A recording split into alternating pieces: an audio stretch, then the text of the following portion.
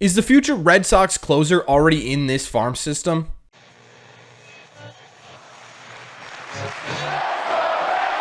What is going on, everybody? Welcome back to Red Seat Radio. My name is Corbin. For a while now, the Red Sox have had some pretty storied closers on this team, right? You've got guys like Jonathan Papelbon, Koji, Craig Kimbrell, that one weird half season from Matt Barnes, and now you've got Kenley Jansen on this team. But what does the future of Red Sox closing hold? That's the question we're going to try and answer today, because there's one prospect currently in this Red Sox farm system that could be a major factor of the Red Sox bullpen going forward. So what we're going to do in today's videos, we're going to break down who that is. We're going to break down why he's so electric, why people are talking about him possibly being the next closer of the Red Sox. We're going to talk about what his timeline to the major leagues and path to the major leagues may look like, and we're going to talk about what his impact on the Boston Red Sox could be.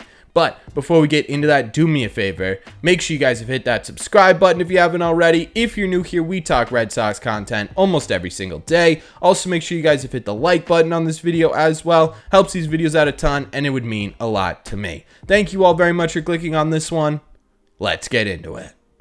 The prospect we are talking about today is none other than Luis Guerrero. Guerrero was originally from the Dominican Republic, but because he went to college at Chipola College in Florida, he actually was not signed in the international free agent signing period like most Dominican Republic prospects are. He was actually drafted by the Boston Red Sox. In 2021, in the 17th round, the Red Sox selected Luis Guerrero, so he was a really late draft pick. Now, Guerrero is currently the 25th highest ranked prospect in the Red Sox farm system according to SoxProspects.com, but he does not appear on MLB Pipeline's top 30 Red Sox prospects. Now, the biggest reason for this is not because of the talent Guerrero possesses, it's because of the role Guerrero has in the Red Sox farm system, right? Guys are going to be ranked in terms of prospects a lot higher when they're playing more premium positions, like starting pitchers, like center field, like shortstop, like catcher, right? Those type of premium positions are always going to be ranked higher than guys who have spent their career as relievers, which is what Guerrero has done. And it doesn't mean Guerrero doesn't have talent,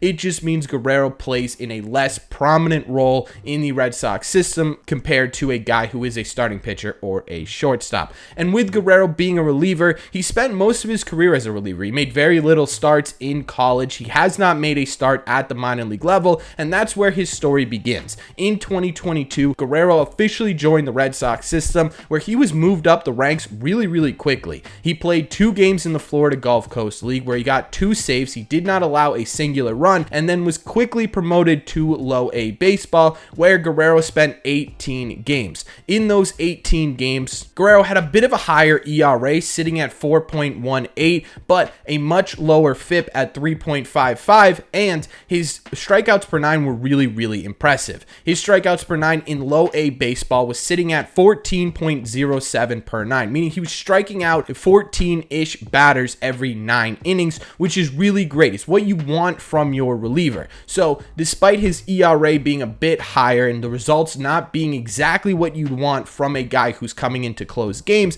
the Red Sox saw the potential and once again promoted Guerrero to high A baseball. In high A baseball is where Guerrero finished his 2022 season, appearing in 7 games or 13 innings, boasting a really impressive 2.08 ERA and an even lower 1.66 FIP, and he still had that really high K per 9. It did drop a little bit, but it still sat at 13.15, so just over 13 strikeouts per 9 innings. And that's how Guerrero finished the 2022 season. Really impressively doing well in 3 different leagues, right? He was promoted very quickly and performed pretty decently in every single one of them. To begin 2023, Guerrero was once again promoted to Double A baseball, which is where he spent the first half of this 2023 season. So far in 2023 with the Portland Sea Dogs, Guerrero has appeared in 27 games where he has 14 saves in 23 games finished. He is currently rocking a really impressive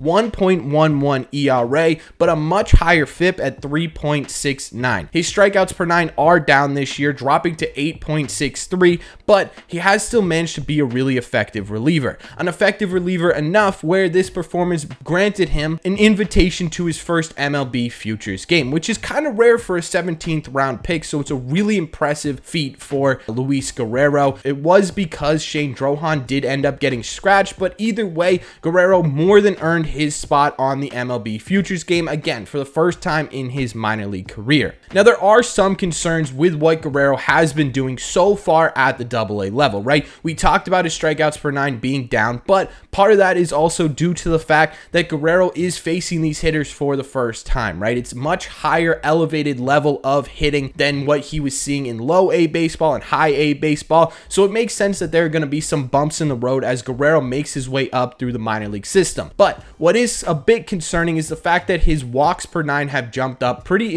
intensely from high A to AA baseball. He's currently rocking 5.57 walks per nine, which means that he is struggling with his command at the AA level. Now, this doesn't mean that he hasn't been an effective pitcher, because despite the fact that he does have a bit of a higher walks per nine, he's still stranding about 87.1% of the batters that he allows on base. It's also a big factor as to why his FIP is much higher than his ERA, because FIP also takes into consideration the amount of walks that you are giving up. So yeah, his command has been a bit of an issue so far this year, but again, it hasn't limited his ability to be a really effective pitcher at the AA level. But it is something to keep an eye on, right? Of course, it's something to keep an eye on. If you're talking about a closer in Major League Baseball, you obviously don't want that walk rate being very, very high. And despite the fact that he does have a couple of issues with command, his stuff is still very, very exciting. The most exciting part of Guerrero's game has to be his fastball that sits in the high 90s mostly, but regularly touches triple digits, right? 100, 101, in that range. Guerrero's fastball is very, very quick. It does have some late movement when it's up in the zone, but for the most part, it's fairly straight. Doesn't get as many swings and misses as you would expect from a guy who's throwing 100 miles an hour,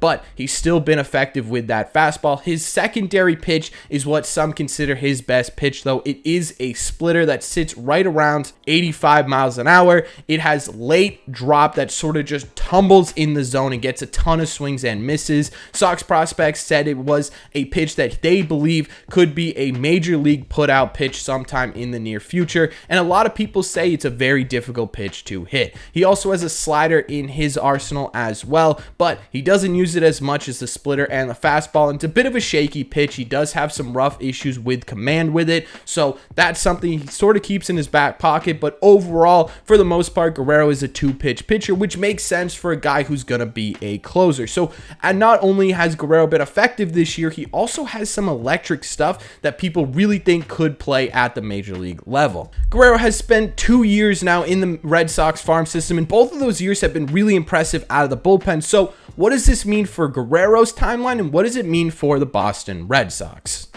Right now, Guerrero's timeline is sometime in 2024, which kind of makes a lot of sense, right? The Red Sox have been a bit aggressive with the way they've been promoting their top performing prospects in 2023. So there's a good chance that by the end of 2023, we see Luis Guerrero in a Worcester Red Sox uniform at the AAA level. Now, this would put his timeline right on track to debut sometime in 2024. Guerrero is eligible for the Rule 5 draft at the end of 2024, so it would make all the sense in the world to me that the Red Sox next year at some point add him to this 40-man roster, and he does make his debut sometime in 2024. And for the Red Sox, what this means is it's great all around, right? You got a 17th round draft pick who's performing this way. It, one, really highlights the Red Sox ability to scout and draft well, not only in the top rounds, but in the later rounds as well. And it's really awesome to see Guerrero make improvements throughout the Red Sox farm system, right? He's significantly increased the velocity of his fastball, which points to the development crew of this Red Sox team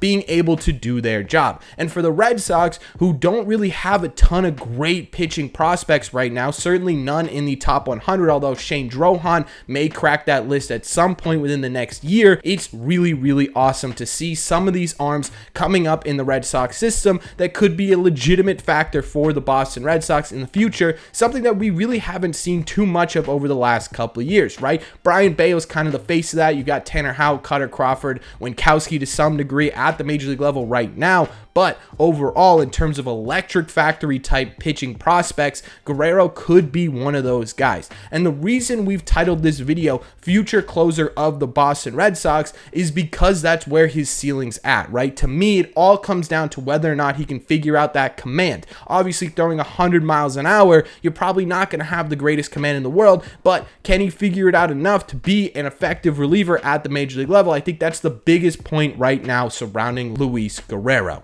But in my opinion, again, this is a reliever who could be a huge impact type player on the Red Sox in 2024 and beyond. That's just my opinion. So let me know in the comment section down below. What do you think of this prospect? What do you think of reliever prospect Luis Guerrero in the Red Sox system? What do you think his impact and role on this Red Sox team may look like? And do you think he'll be able to figure out his command? Let me know all your thoughts in the comment section down below. As always, if you made it to the end of this video, do me a favor. Make sure you guys have hit that subscribe button if you haven't already. If you're new here, we talk Red Sox content almost every single day. Also, make sure you guys have hit the like button on this video as well. Helps these videos out a ton, and it would mean a lot to me. Thank you all very much for clicking on this one, and I will see you in the red seats.